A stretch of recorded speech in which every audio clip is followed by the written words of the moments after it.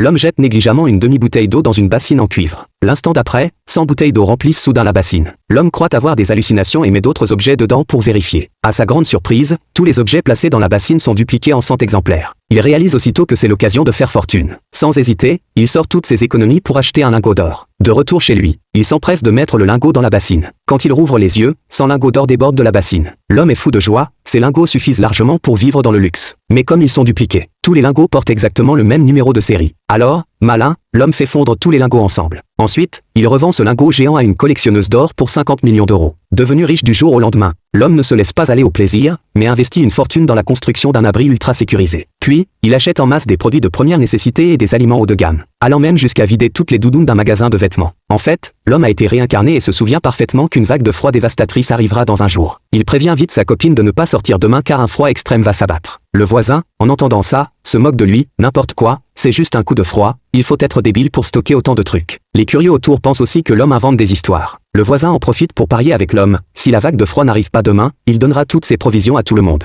L'homme accepte sans hésiter. Pourtant, le lendemain, la vague de froid arrive bel et bien. Les voisins cupides veulent s'emparer de toutes les provisions de l'homme. Mais l'homme avait tout prévu et ils ne peuvent que regarder, impuissant, l'homme savourait un festin.